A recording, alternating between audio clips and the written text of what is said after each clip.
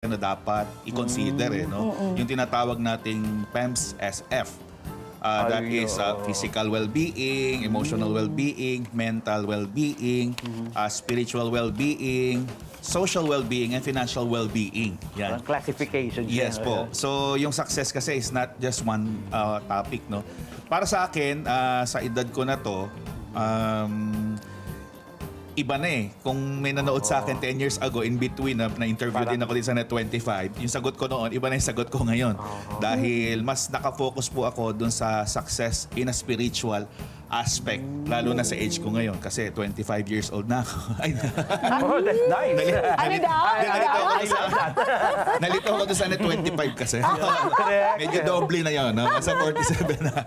So, more on the spiritual aspect na. Yung aking mas masasabing definition of my success at this stage. Mamaya, i-elaborate natin kung Kay bakit. Sir Joey naman. Sir Joey, paano po kayo nagsimula at gaano kahirap nyo napalago ang inyong mga negosyo? Okay. So, nag-start po kami talaga with no investor. Wala Okay. po kami masyadong capital. Ang meron lang talaga kami is a vision that someday we'll make it into reality. Yung mga nangyayari po ngayon, as we all know, yung company po natin is 10 years na. 10 Pero nung years. nagsisimula po kami, talagang ang dala-dala lang namin yung vision na magawa namin yung mga nasa mind namin na nakikita namin that it will happen in future. And then aside from that, we take it one day at a time. So we believe that every day is a day to learn. Every day is a challenge for us to do more, to improve what we did yesterday. So after 10 years nga po ng company, alam nyo, feeling po namin hanggang ngayon is our first day. Parang lagi kami nagsisimula. Umpisa palagi ang Yes, feelings opo. niya. Kasi Lagi simula. talaga pong ang daming dapat na matutunan at ang daming dapat na ma-improve everyday. Alam po naman natin yan na learning will never stop. So, ganun po yung naging strategy namin how we did it in our company. Ayan po. So, narinig namin, natin Ma'am Elba, na nag-start sila ng 2014, yung company, Sir Joey. Ngayon, di ba, 2014, tapos nagka-pandemic, paano kayo nakapag-survive nun? Sir Joey. Okay, very challenging po talaga yung pandemic, ano? Alam naman natin, napakarami pong nawalan ng trabaho, nakakalungkot yan, nawalan ng business. But on our company, kabaligtaran po yung nangyari. Sa amin po, yung peak ng pandemic, yun po ang naging peak ng aming company. Kasi essential po yung aming ino-offer na business eh. So what happened on that particular year ng pandemic, we're averaging po ng sales namin 50 to 60 franchisee every month. Wow. So maganda po kasi marami tayo nabigyan ng opportunities to start their new business. At the same time, yung company po, we created jobs. And yung mga nasa sales team naman po natin, mas maganda po yung naging mga income nila during that time. Ayun po yung hindi lang po kami nakasurvive, hindi talagang nag-thrive po yung company namin. Ano po ba tong business nyo, Sir Joey? Para sa kaalaman namin at kaalaman ng ating mga televiewers para and po for listeners. everybody's information, yung ino-offer po namin is a franchise business ng payment center. We call it parang- OnePay. Okay. Parang yung isa yung center, Yes. center, di ba? Opo. Huwag na natin banggitin. Yes. Okay. So, 14 years. Ilang years na? 10 years na po. 10 years na. Wow. Apo, 10 years na po yung company. Yes, Sir Joey, this next question is very interesting. Based on studies, yung first 5 years usually is a make or break ng company, hindi po ba? Mas mahirap ba yung 6 to 10 year? 6 to 10 year. Paano kung sa chances of closing down the business is very high, hindi po ba? Yeah. What do you think is the strength of your company? Ang strength po ng company namin, we have 3 P's. Number 1, we pray a lot for our business. Second, meron po kami ng tinatawag na puso't malasakit. Yan po yung in-impart namin doon sa aming mga staff, doon sa aming mga kasama, na kung meron tayong gagawin, we should do it by heart. Kasi totoo naman po, no, kung meron kang gustong gawain something for your family, for your loved ones, of course, gagawin po natin siya ng puno ng pagmamahal. Especially kung alam natin yung mga loved ones natin, the relatives natin, yung community natin will benefits from what we're doing. And last P na meron po kami ng tinatawag na pusong palaban. Okay, kasi po ganito Alam naman, pusong palaban. Hindi po pusong palaban. Palaban talaga. Fight talaga. Opo, kasi alam naman natin, no, everything in life is very challenging. Dadaanan tayo ng bagyo, dadaanan tayo ng lindol, ng matitinding pagsubok sa buhay. Yun no? na mismo. Pusong hindi sumusuko. Yes, no? opo. Kaya po kailangan laban lang ng laban Diba? So, kami po dito in our company, nangyayari po sa amin, every time we encounter challenges and trials, we always make sure na talagang ilalaban natin kung ano yung best for the future. Ayun po. Ayun. Ito okay. nga po yun ngayon, Sir Joey, no, napapansin ko, no, madami ngayong gusto magnegosyo.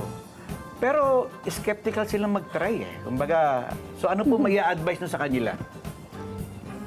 Normal naman po yun, na merong doubts, fear, being skeptic about the result of your decisions. Siguro ang advice ko lang po is keep on trying. Kasi alam naman natin it's better to try and fail than not try at all. Kasi alam po natin, failure is a part of success, is a part of learning. Sama, no? We will learn a lot from failure. Ayan. So kaya po subok lang ng subok. Sabi nga nung kaibigan ko po, one time nakita niya ako, paray buti ka pa, no? Nag-prosper ka, naging successful ka. Sabi ko, isa lang naman ginawa ko Hindi ako tumigil ng kakasubok. Ayun. Paano kung dinagdagan naman itong ating... Si Sir Benny. Ito. Hindi, Sir may tanong si Benny, Tita. katulad ng sinabi ni Sir Joey, pusong palaban. Palaban. Bakit meron kang pusong palaban, Sir Benny? Yan. Kasi ang success is a journey. Ito ay talagang continuous learning. Sabi nga ni Sir, every day, parang laging nagsisimula. Sa amin kasi, ang experience ko, personal experience, is solving your own problem muna. Kung meron kang nakikitang dapat na i-improve, doon usually nagsisimula ang business Gaya lalo nga nung pandemic. Ang unang problem namin is paano itong mga bata very uncertain during the pandemic. We didn't even know kung kailan matatapos. So, paano pag-aaral nila? Anong gagawin na activity? Hindi sila makalabas, hindi makapunta sa toy stores, hindi makapag-meet ng mga friends. So, what I did is, muna, sinolve ko yung personal problem or your family problem. I search kung paano sila magkakaroon ng mga activity sa bahay na hindi sila mafo-focus lang sa screen time or sa paggamit ng gadgets. So, una, hindi siya talaga intended to become a business, pero naisip mo na kung paano mong nasolusyonan yung sa sarili mong problema, baka ito ay problema rin ng maraming tao. May sinasabi ngang ratio, di ba? So, 1% of the population, pareho ng problema mo. Ibig sabihin, if we are 8 billion, nasa 80 million people, almost similar ng iniisip mo. So if you are the first one who is going to provide and offer the solution to other people's problem, ikaw yung pupuntahan. Kasi minsan tao pag may problema, willing siyang ibigay sa'yo yung pera niya kapalit ng solusyon sa problema niya. Kaya nga ikinoin ko yung money, M-O-N-E-Y, make others' needs excite you. If you are always excited to solve the problem of other people and you have the solution to their problem, yung money kusa na lang dumarating kasi nagiging valuable ka para sa ibang tao. So, yun yung naging experience ko naman kung paano nakapagsimula ng negosyo. Kumbaga, mag-offer ka ng services na magiging mapapadali yung gawain ng buhay naman. Kaya na nga ng business ni Sir, di ba?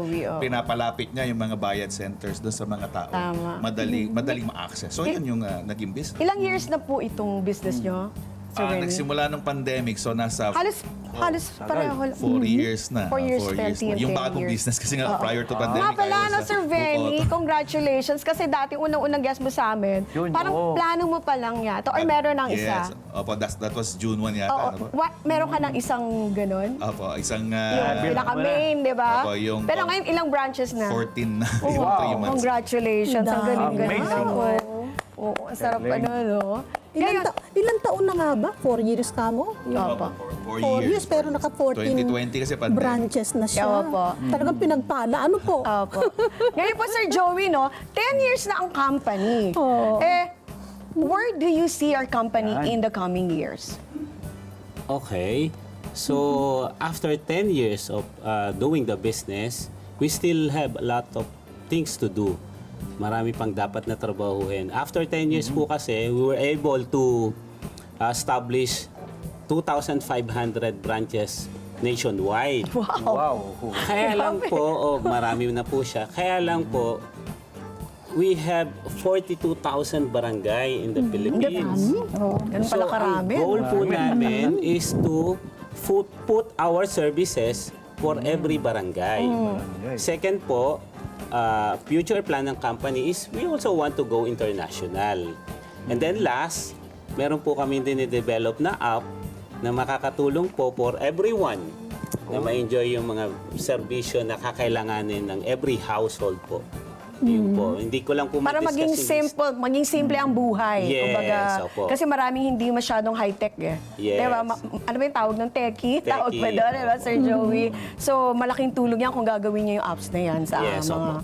opo. Katulad ni Mami Eva. Joke lang! Ayun lang. Joke lang! Pero totoo yan Tita Cynthia. Diba? Kasi katulad nga niya, sabi ko, ano nga ba itong kay Sir Joby, no?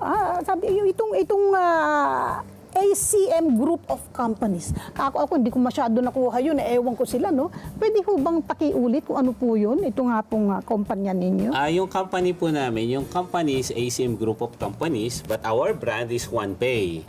We offer franchise, payment center for every community kasi we believe that every community will be needing our services and everyone will enjoy the benefits nung makikreate namin ng mga serbisyo doon sa community nila. Ang galing, talagang Ayan, service. Nako. yes. Okay, going back to Sir Benny. Since you mentioned a while ago, tawag dito. This time, ang tanong ko is, how will you measure success in life? Ayan. Yun. Gagamitan natin ng mga numero siguro. Something Yan, like yan, that. oo. Ang hirap ng tanong. Hirap. Medyo malalim ba? Ang hirap daw ng tanong. Kayo na pala Kaya mo yan, Sir. You Sir can do Benny it. pa. Kasi ang success is very broad topic. No? Siguro i-define muna natin yung success. Yan. Ang success kasi is not always financial. No? Okay. It is more on the individual person. Ano ba talaga yung gusto niya muna na ma-achieve? Hindi lang sa pansarili niya, kung may family naman, sa buong family niya. Magkakaiba kasi talaga eh. Halimbawa, isang family, ito, yung ginagawa ko ito during the time na ako ay nag-train about successful mindset and goal setting. May mga goals na gusto ng isang tao, ang gusto ko, mas marami akong time sa bahay. Naglalaro kami ng mga anak ko, nasusupervise ko yung pag-aaral nila. Nagde-date kami ng asawa ko every week. Lumalabas kami every month. Nagbe-beach kami every summer. Pupunta kami sa isang ibang bansa once a year. Yeah. Yun yung mga goals na nagde-define na masaya yung feeling mo. Yeah. No? Okay. So ang tanong, magkano Yun. ang cost ng mga sinabi mo na gusto mo? Right? So halimbawa, yung activities na yon for every month, every quarter, every semi-annual, and every year, sabihin na natin kailangan 150,000 pesos a month. Okay? So if you are going to establish something, pwedeng business or investment, na magbibigay ng 150,000 a month, passively, pag sinabi natin passively, you are not physically involved to generate that kind of money. May ganun kasi, active income kasi is yung kailangan physically nandun ka, involved ka, self-employed ka, may ginagawa ka. Pag wala ka, walang income. No, even if doctor or dentist, kahit na hindi sa talaga more of an employee, pero matatawag nating self-employed kasi dapat physically nandun sila to earn money.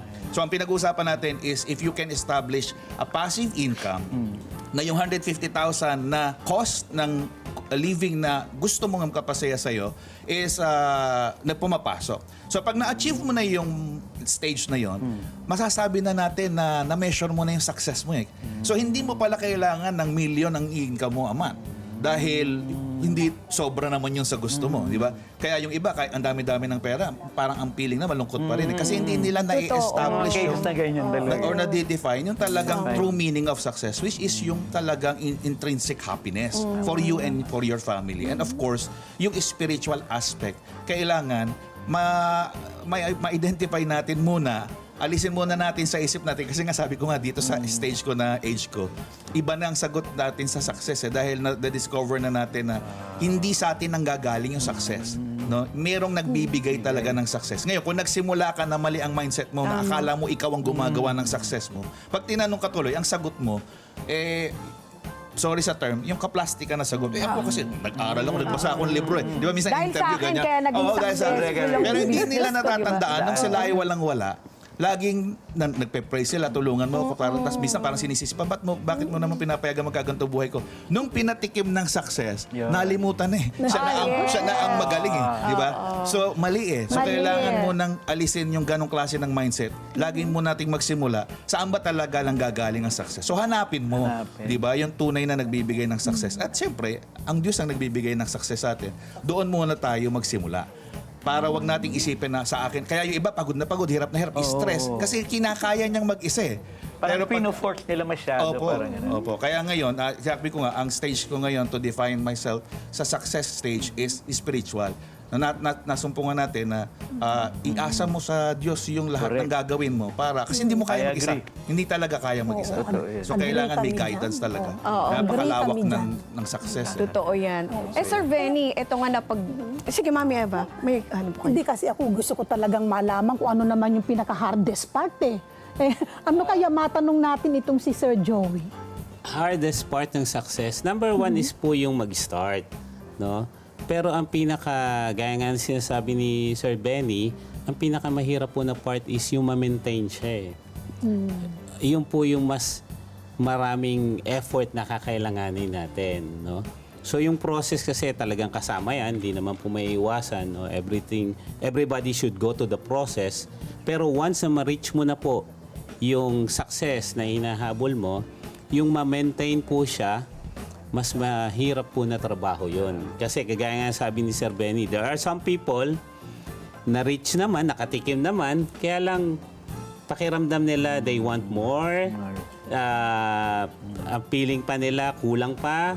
Pero kung pong maintindihan natin kung ano yung talagang gusto natin ma-achieve, like peace of mind, yung pong time freedom and financial freedom na magagawa mo for your family, for your loved ones, para sa sarili mo, I believe yun po yung dapat natin ma-achieve. Yeah, well said. Ayan naman. Very well said. Yes, at syempre, no, mamaya mga ka-home bakes, sa aming pagbabalik ay makakasama pa din natin sila, Mr. Benny Flores at Jose Amelia. Maraming salamat po.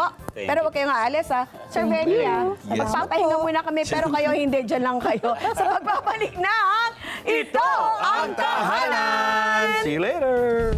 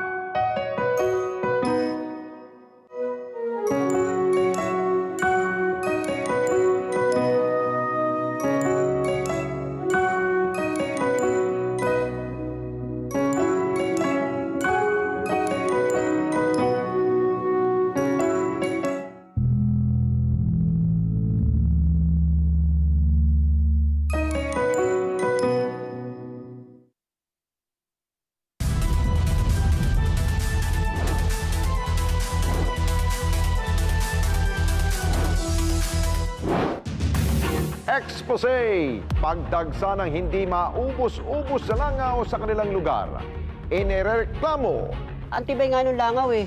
Kahit number 3 yung electric pa mo nakatapat sa'yo, talagang di sa maalis sa pagkakakapit. At ikalimang anibersaryo ng King's Empire Corporation, nagbabaha ng sorpresa at responde. Exclusive, mga pamilya at magkakaibigan mula sa iba't ibang lugar sa Pilipinas nagsama-sama sa Net25 Family Fun Run. Dahil ni-encourage yung mga bata sa mga sports para ma-lessen po yung screen time ng mga bata. Yun po kasi ang problema ngayon. Sabado, alas 6 hanggang alas 7 ng gabi, ito ang Responde, Mata ng Mamamayan. Step together, Sunnet 25. Sunnet 25.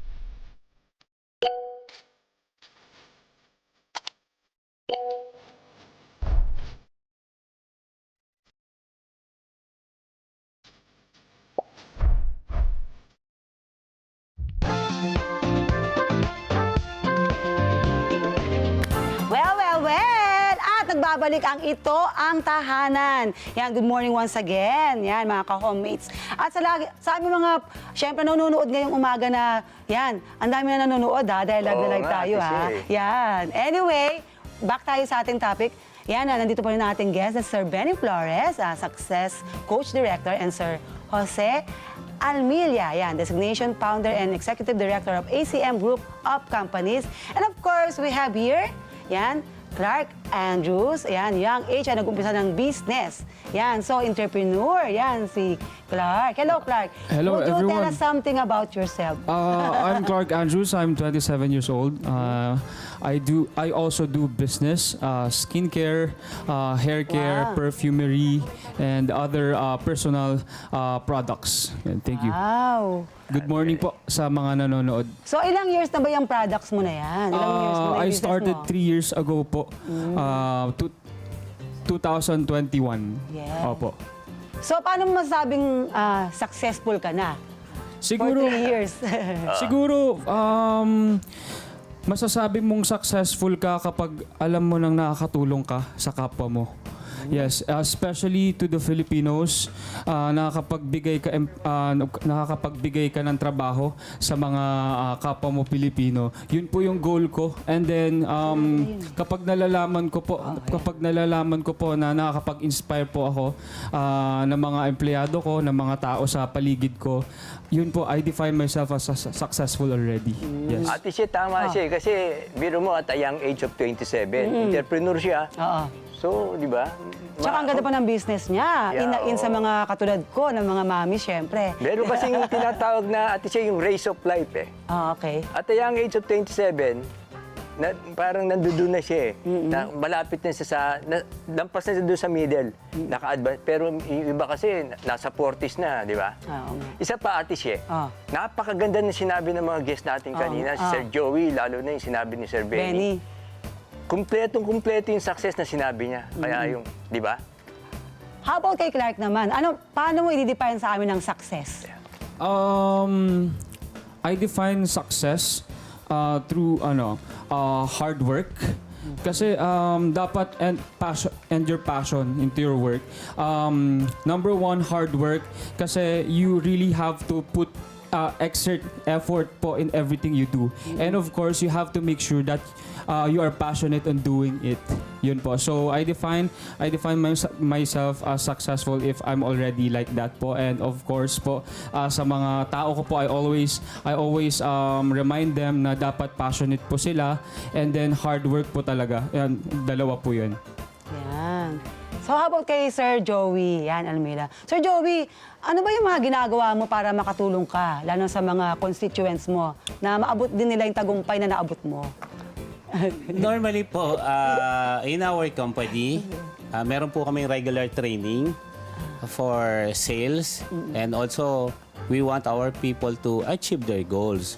So kaya po regular po yung mga meetings namin, how to make proper adjustment, and of course alam naman natin one of our sabihin natin skills na kailangan is you must learn the ability how to think properly. Yun po siya. So how we use our brain, how we use our time, so how to make decisions. Siyempre, that's one way para maturuan natin yung mga kakilala natin, kaibigan natin, relatives natin, para maging successful din sila dun sa ginagawa nila. Yan po.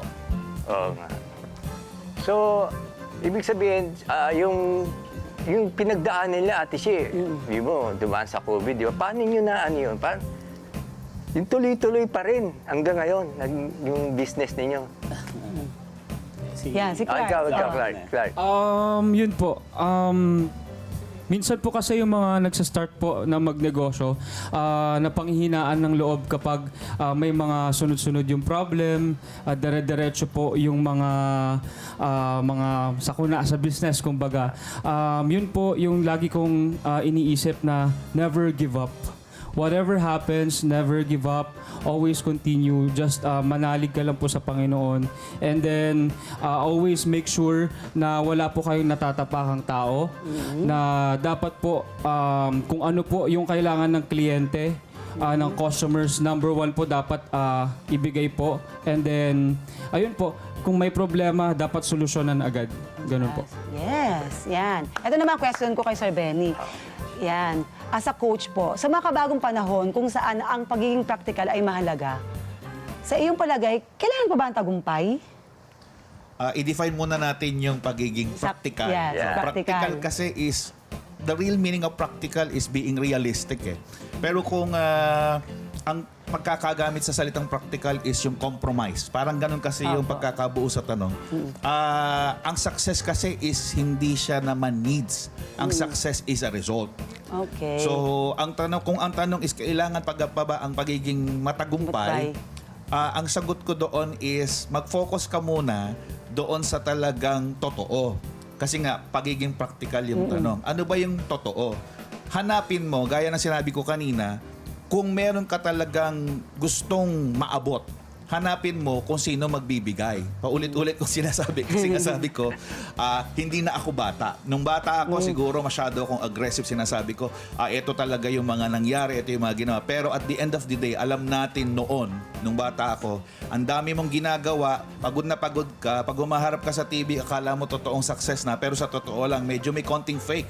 Pero dumating sa point na nung makita mo muna yung mas mahalaga, idinilit mo muna lahat yung mga maling pagkaunawa mo sa success at hinanap mo talaga yung talagang pinagmumulan ng tagumpay, doon ka magkakaroon talaga ng sinasabi nga ni Sir Joey kanina na totoong peace of mind na mangyayari na lang yung success as a result kasi nararamdaman mong may sumusuporta sa'yo na galing sa itaas. So siguro, isa rin yung sinabi ni Sir Clark kanina na very tama talaga, no? Maging wala kang tatapakan tao, kailangan ay talaga nakafocus ka dun sa yung passion, and then humingi ka ng tulong sa Diyos sa lahat ng gagawin mo. Kasi sa experience, based on experience, gumagaan lahat. Yung success, again, it is a result, hindi siya needs, no? So hindi mo dapat siyang kailanganin. Abangan mong mangyari kapag ka nakafocus ka doon sa tamang alignment ng goals na magpapasaya sa'yo para sa sarili mo at para sa pamilya mo. Wow. Ang galing talaga ni Sir Benny. Idol ko Siyempre, din. mama. Very inspirational. Ate Shea, Siyempre. Okay. Oh. May tanong ako kay Sir Joey. Sir Joey, naniniwala ka ba na ang pagiging privilege sa buhay ay isang daan upang mas mapabilis ang pagkamit ng tagumpay? Siguro makakatulong, pero in fairness to everybody, kasi alam naman natin yan, iba-iba po yung estado ng buhay ng tao. There are some people na sabihin natin less yung finances nila, pero hindi ibig sabihin magiging hindrance yun no? So, gaya ng sabi ko po kanina, ang talagang skills na kailangan ng isang tao na magiging successful is yung ability how to think properly, how to make good decisions in life, in every areas ng life natin. Kasi po, kung gagamitin natin sa negosyo yung maayos na pananaw natin, gagamitin natin sa buhay natin, the way we think properly, the way we make our decision for the future, yun po yung nakikita ko talagang kailangan ng isang tao. Totoo naman yun kasi meron nga napapamanahan ng 10 million pesos Ayun mga nga, ilang buwan lang, wala na uli. So, Ayun na nga. meron namang walang-wala pero biglang siya naging successful. So dahil nga sa mindset, no, sa tamang paraan ng pag-iisip. I believe, ma'am, dapat talaga sa world of business, dapat good decision maker ka. Kasi ang daming matalino, napakatalentado, pero hindi po sila ganun kagaling sa good decision maker. Pero may mga businessman po talaga na good decision maker. Sila po talaga yung nag-excel po talaga sa business. Ayan. So ito na nga, Clark. Sa iyong palagay, magkatumbas ba ang halaga ng personal success at success in career? I think pwede naman po. Pero depende po kasi yan sa sa success mo sa sarili mo. If you define your success through your career, yes. Pero ako po kasi I define my success sa family ko po. Of course, sa career and also to myself po. Kapag successful na po ako sa lahat ng bagay na yun I define myself as yun, successful na rin. Yes. Yan. How about Sir Joey? Magkaparehas ba yun, yung success sa business at business saka sa success career? Career? Para sa akin po, no, pwedeng magkasama pero pwedeng ring hindi. Kasi basically, on my part, the way I see it, is yung pagiging successful, makikita mo yan the way yung pamumuhay ng isang tao eh. So, hindi naman ibig sabihin you have everything in life, successful ka eh. There are some people na maraming pera pero marami pang problema. Alam naman natin yan. There are some people na lalo pang na-stress, nagkasakit, nag-struggle. No, lalo pang dumami yung problema nung dumami yung kanilang blessings na na-receive. So para sa akin po, no, it's more important for a person na maging grateful kung ano yung meron siya. Yes. Eventually, yung makontento, right? Yes. No? At magpasalamat tayo na meron tayong ability to produce more. Kasi yun po yung mas importante sa lahat para sa About Sir Pumapasok Benny. yung balance of life Ayan. aspects, no? Kasi pagka nga ang usual kasi naririnig ng tao pag success, ang katumbas agad pera. Hindi Yes. nga meron nga tayong mahalagang 6 na aspects eh. Ang dami mong ang pera, physical well-being mo naman bagsak, dami mong sakit dahil nga inabuso mong masyado yung katawan mo. Tapos pinabayaan mo pa ang spiritual well-being mo. Yes. Para bang sinarili mo na lahat, puro ang focus mo na lang is paano magkakaroon ng financial well-being. Yung mental and emotional pa, lalo ngayon, napapanahon, yung anxiety, depression, and Yes, everything. yes. Ang dami mong pera, pero... May problema. no, parang... Sana pupunta, di ba? Actually, ina-address natin ngayon yan dahil padami ng padami, no? 8 out of 10? Yes. Mayroong depression and anxiety. So yung mental and emotional well-being, pinabayaan mo din dahil nga kaiisip. Ang bottom line nga kasi, no? Huwag mong sarilinin lahat, no? Siguro, bumising ka ng maaga, lumuhod ka pagka umaga, manalangin ka, humingi ka ng tulong para pag dilat mo, alam mo panatag ka na hindi ka nag-iisa sa lahat ng gagawin mo. Yes. Para yung ibang aspects ng buhay mo, the physical, the mental, the emotional, the social, and the spiritual, at financial, dulo na lang yan. Kasi, di ba, alam naman yung tinuturo sa atin, hanapin mo muna, idadagdag na lang sa'yo yung mga bagay na panglupa kapag inuna mo yung katotohanan na mayroong dapat tumulong sa'yo at hindi ikaw dapat mag-isang shoulderin mo lahat yung iyong gustong mangyari. Yes. Kaya gagaan lahat ng bagay pagka inuna natin talaga yung pananampalataya na dapat may tutulong sa atin galing sa itaas. Yan, sobra akong agree dyan, Sir Benny. Agree din ako doon. Oo nga, lalo na kasi sa mga success na ganyan, sobra akong agree. Kasi sabi ko nga noon, nag-umpisa rin ako sa isang, syempre, impersonator ako, lookalike din. Ngayon, ginagamit ko na yung sarili kong name. Ayun, mas nakikita ko mas nag-i-improve naman, nagsa-success naman. Ayan. So, ito na nga. Ang question ko, ano ang mga naging pagsubok na iyong kinaharap at naranasan para magtagumpay at paano nyo ito nalagpasan? Yan. So, Sir Joey muna. Ako muna. Okay. So, marami po talagang pagsubok eh. Alam naman natin yan, whether you're in a business or not, sa buhay mo lang itself, every day is a challenge, diba? Every day, there will be some problem to solve, no? Especially when you're in business, di ba? So, lahat talaga yung pagdadaanan natin, wala naman makakaiwas dyan, no? So, sa part naman namin, when we were starting the company, marami pong pagsubok eh. No? Meron pong mga panahon na hindi po kami makabayad ng aming rental on time, makapagpasweldo ng tao. So, very challenging po talaga eh. Pero gaya ng sinasabi ko, kanina pa is wala naman choice eh. Kailangan po natin talaga lumaban ng lumaban sa buhay. Diba? Ganun lang po yung nakikita ko para sa part namin. How about Clark Andrews? When I started my business po, sobrang mahirap po talaga. Kasi po, to be honest po, when I started my business, I borrowed money from my parents. So, ginapang ko po talaga para makabayad ako unti-unti. So, every time na napanghihinaan ako ng loob, iniisip ko po na dapat kung ano yung binigay sa akin na blessing ng magulang ko is maibalik ko sa kanila and more pa. Doon ko po pinanghahawakan po lagi yung pangarap ko na maging successful someday. Na someday gusto ko yung trust na binigay ng magulang ko sa akin is yun po, mabigay ko sa kanila ng more pa. Yun po. Pero sobrang hirap po talaga. Most of my friends when they see me, Clark, you already have your business, you have your own company like this, like that. But they don't see my struggles. Yes, they only see the tree, success. not the roots. Yes, so I always tell them, hindi po ganun kadali lahat ng bagay, lahat po pinagtatrabahuan po and pinagdadasal sa Panginoon. And then number one po talaga dapat you must be be a good decision maker for you to be successful. And thank you. How about Sir Benny po? Yun eh. Ang natutunan ko siguro na lang, kasi ang dami talagang problema. No? Hindi na natin isa-isahin kasi pare-pareho lang talaga yan. Yung mga kasama mong tao, kaya wala ka na lang talagang magagawa kundi ipanalangin na sana yung mga taong tama ipadala sa'yo, yung mga may mga magsasamantala lang alisin sa'yo. No?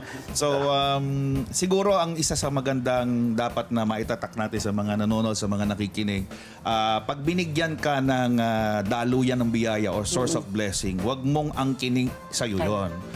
Katiwala ka lang. Kasi para nga yung talentong ibinigay di ba? Palaguin mo. Ibig sabihin, pinagkatiwalaan ka lang. Hindi yun sa'yo. Kaya dahil hindi yun sa'yo, pagbutihin mo yung pag-aalaga doon sa ibinigay sa yung source of blessing. Para yung mga problema na talagang hindi may iwasan, na pagsubok lang naman talaga yon. Kung karapat-dapat ka bang pagtiwalaan doon sa ibinigay sa yung daluyan ng biyaya, ang solusyon din, magagaling din doon sa may-ari. So, sino ba ang may-ari ng lahat ng bagay na binibigay sa atin? Ang Diyos din naman eh. So, kapag may mga challenges talaga, hingin mo dun sa may-ari, bigyan ka ng karunungan, bigyan ka ng lakas, bigyan ka ng kaalaman kung paano mo lahat i-handle. Kasi sa totoo lang, ang negosyo napaka-abstract. Bukas hindi mo alam kung anong mangyayari. Ang nakakaalam lang ng mangyayari bukas, ang Diyos. Kaya ang lagi nating sabihin, ikaw din lang naman nakakakita ng mangyayari bukas, ituro mo na sa akin yung gagawin ko ngayon. Para ikaw ay panatag ka. Kasi yung isipan at saka yung emotions natin ang pinakamahalaga sa lahat, hindi naman yung pera. Pagdating ng pera, na-stress ka, nagkasakit ka, yung perang yun, pupunta rin lang lahat sa ospital. Di ba, pambayad? So, mahalaga, yung meron kang peace of mind, masaya ka lagi sa ginagawa mo kasi yung success, hindi naman ka magiging masaya dahil naging successful ka Maging masaya ka muna, sigurado magiging successful ka. Baliktad, no? Dapat yung pagiging masaya muna lagi ang unahin mo. At magiging masaya ka lang kung meron kang sinasandalan at may panatag yung loob mo, kalooban. Yan. Galing talaga. Kaya naman talaga pala successful to. Itong tatlo nating mga guests ngayong umaga. Anyway, ito na nga. Isang dekadang pasasalamat sa kanilang pagtatagumpay. Dedication and commitment in service. Kaya naman, panoorin na itong video na ito. Pasok! Isang dekadang pasasalamat, commitment, and service.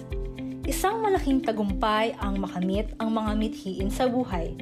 Para matamo ang ganitong estado ay maraming mga kasanayan, pagsubok at mga karanasan ang pagdadaanan.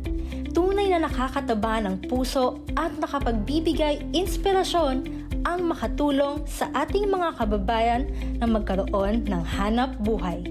So we handle so many products and services. Yung mga essential sa mga tao sa komunidad like bills pay, remittance, cash in and cash out, and many more. Kailangan nyo lang pong magpunta sa mga accredited OnePay distributors worldwide. Yung mga OFW, sila po yung magiging contact nyo para po mas mabilis at mas secured yung remittance. This is not just a celebration of the past, but a pledge to continue innovating, integrating new technologies, and expanding their reach to serve better the communities. Para sa mga nanay at tatay ng tahanan at sa buong pamilya na rin, good news, this is for our own convenience. The next chapter of the journey begins now with a promise to mix the best of financial technology with the heart of their service. Maraming salamat po sa lahat ng tiwala nyo. God bless everyone. At handog nito ay isang dekadang pasasalamat sa kanilang commitment and service. Wow! Ayun, galing, no? Diba? Galing naman pala talaga ni Sir Joey. Ayan. Ang daming natutunan ng mga televiewers natin ngayon. Lahat ng sinabi ni Sir Joey, ni Clark at si Sir Benny, talagang very inspirational talaga yung success. Andun na, kumpleto na eh. Kaya nga, Diba? dapat talaga yung mga listeners natin Yes, na oo. makinig sila para naman maging successful din. Yes. Anyway, we'd like to hear some message sa ating mga televiewers and listeners na nanonood po Message, ngayon, any Sir Joey. Siguro, ang encouragement ko lang for everybody, if you have a goal, a dream, or somebody you want to achieve, no? Sumubo ka lang, no? Mas importante, ulitin ko po yung sinabi ko sa inyo kanina, mas importante na sumubo ka and fail than not trying at all. Yes. Alam naman po natin yan, marami tayong matututunan when it comes to failing and making mistakes. Kasi mistakes is the opportunity for us to learn more and to begin wiser. Yun lang po. God bless everyone. Yan. And syempre si Clark Andrews, saan ka namin pwedeng kontakin? Yan. First of all, I want to invite each and everyone sa lahat po na nanonood sa Ito Ang Tahanan ngayon. On our 24th anniversary of Aficionado, on September 5, the details, please check it on our social media platform po. Ayun po. Thank you po sa lahat po ng mga naging partners po namin for 2 decades. Ayun po. Wow, 2 decades. And Sir Benny, Sir of Benny. course. Yun, ipagpauna natin ang may-ari ng lahat ng bagay sa lahat ng inaasahan natin. Sa totoo lang, kapag ka naman meron tayo mga challenges, bumabalik din tayo sa panalangin and prayers, di ba? So alam natin yun talaga ang mahalaga. So sa halip na sa huli mo gawin mo sa umpisa. Manalangin ka na muna, ipagpauna mo ang Diyos na nagbibigay ng lahat ng biyaya at iasa mo sa Kanya lahat yung mga susunod mong gagawin. At huwag kang matakot humingi. Kasi iniutos naman hingin mo ang iyong maibigan So kasalanan mo kung hindi ka naging successful kasi wala kang hinihingi. Ayun. Humingi ka. Tapos gawin mo lahat ng ipinag-uutos sa'yo, unahin mo siya at yung hiningi mo, ibibigay naman sa'yo. Yun siguro ang pinaka definition of success talaga. Yan. Thank you so much po, Sir Benny, Sir Clark Andrews, and po Sir Joey. At syempre, magbabalik pa kami for more. Kaya naman, mga ka-homies, ano kaya ang inihanda ng aming chef ngayong umaga? Abangan!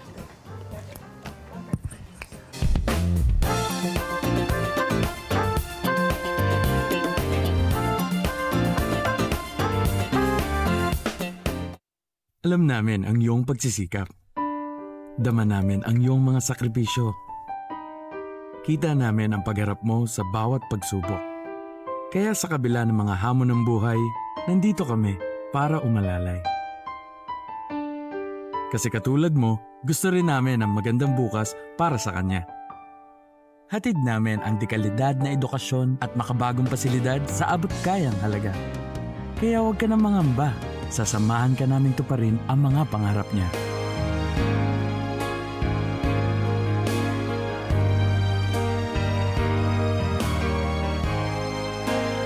Maaasahan mong sulit dito ang mga pinagsikapan mo. Sa aming mga makabagong pasilidad at sistema ng edukasyon. Mailalabas natin ang aking talino at mga kakayahan niya. Kahit sa munting halaga, makakasiguro ka na makakasabay siya sa mabilis na pag-ikot ng mundo. Sa New Era, karamay mo kami sa bawat hamon. Kaagapay mo kami sa bawat hakbang. Kasama mo kami sa bawat ngiti at tagumpay.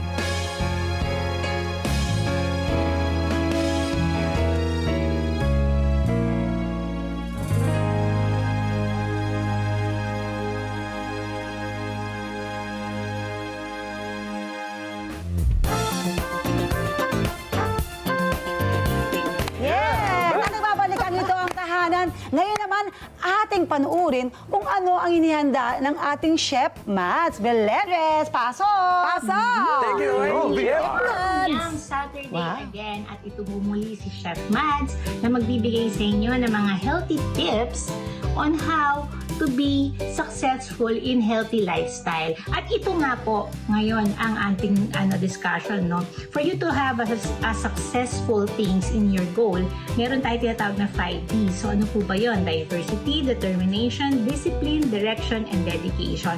At i-apply po natin ngayon ito sa ating recipe na gagawin ngayon. Ito po yung ating healthy veggie nachos.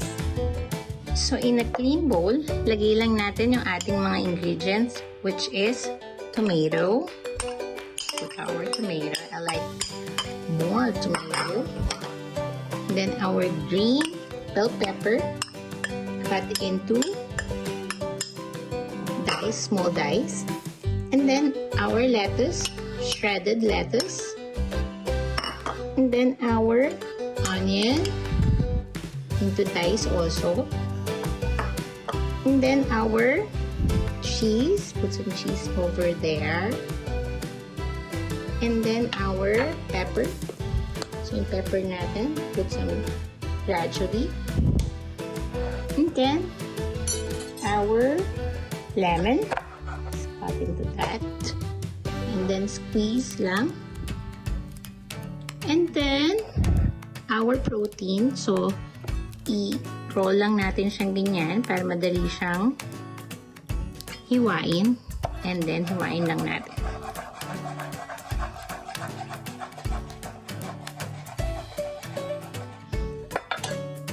So our protein, put our protein there.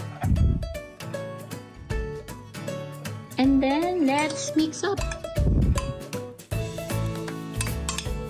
So when you see na medyo dry siya, pwede naman natin siyang lagyan ng olive oil.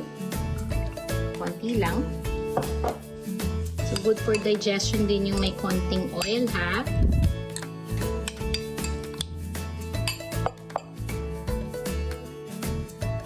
And then in a clean bowl, ilagay na natin ang ating veggie nachos or chips. Again, ha, pwede po yung kangkong chips or any healthy chips na base niya is a vegetable, then put it on top. There. And then our onion leeks na fresh from the garden, galing sa garden ng mami ko. So, gupitin lang natin dyan for topping. And now we have our version of healthy nachos high in protein that can serve us in our daily snacks. So we have now our healthy snacks, no? For us to have a successful dietary healthy plan, no? Simulan natin siya sa snacks, sa simple snacks na ganito, and then we can share it to our kids, to our family while watching a movie or bond, let's bond chit-chat with your friends. I-share natin ito. Ito lang po, maraming salamat. So yummy! Perfect! We miss you, Chef! Yan. Anyways, guys, sabi nga nila, ang tagumpay ay hindi agad binibigay na kailangan nating paghirapan. Anyway, maraming salamat sa aking mga successful friends na si Ma'am Cathy Tan and of course, Charm Tuwala and Ma'am Agnes Bondok. Yan. Sa susunod po ulit, ha? At syempre, thank you din sa ating mga guests ngayong Yes, umaga. oh. mga Headed by? ka-homies. Syempre, Sir Benny. Sir Joey. At Sir Clark. Yan. Clark Maraming Andrews. salamat po. Sa mga ka-homies, dako, tapos na naman na isang oras. We'll be see you again next week. Same time. Same place.